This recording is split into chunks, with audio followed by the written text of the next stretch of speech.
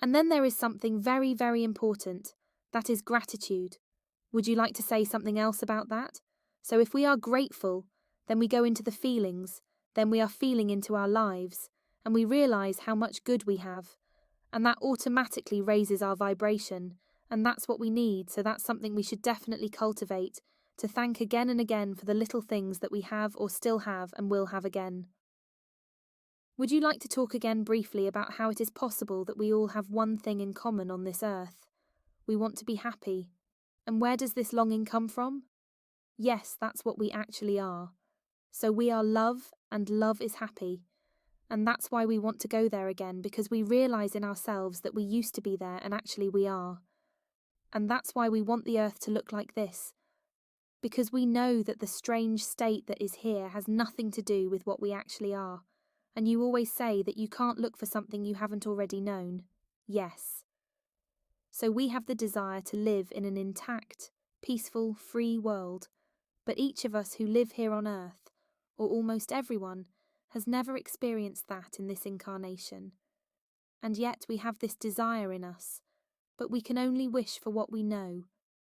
So this memory of this ideal world of the past must come.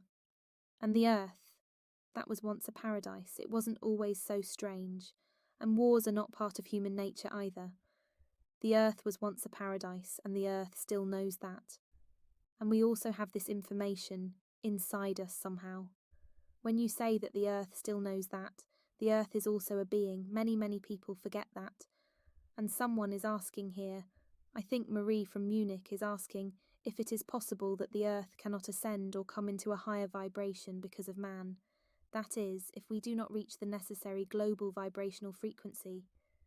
From my point of view, this is not possible, because the earth, it has its vibration, and it has this ascension process, independent of us humans and the people who come from the vibration, from whom it goes, they go with it, and the others, they leave this planet. What happens to them then?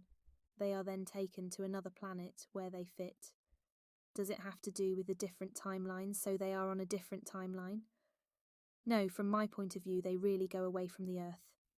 So finally, so if the 3D Earth really changes density so that it becomes 5D Earth, then here the Einden will ascend and all the others will really go and reincarnate on a completely different planet, and until then, until the 3D Earth becomes a reality, so physically ascends, until then it simply subtly raises every vibration, and everything we see there vibrates much smaller than 10 years ago. Is that your perception? So this really... Yes, yes. I remember when I was 10, I always thought it was all so dense. So it's still tight, but it's less dense. So you really notice it when I compare it. We are constantly in this promotion place, despite all the terrible things that are happening here and are being intensified at the moment. Is the earth completely itself, and matter in and of itself completely independent? No, so the earth's surface, and if we go underground there, putting around. Many people do that. If we do that and we don't have good intentions and the damage of nature, then the vibration there already drops because we are doing something that is not good, and that has an energetic effect. But the planet itself, it still has its vibration. So you can't stop that. We are constantly in this ascension process, but we don't notice it because it's so slow, and only when all the matter, the dimension changes completely, then we really notice it. That was the question from Lena, who is 12 years old. I would like to know how you can tell that the fifth dimension is there. That's also a state of consciousness. So as long as we experience three-dimensionally, we can have a fifth-dimensional consciousness.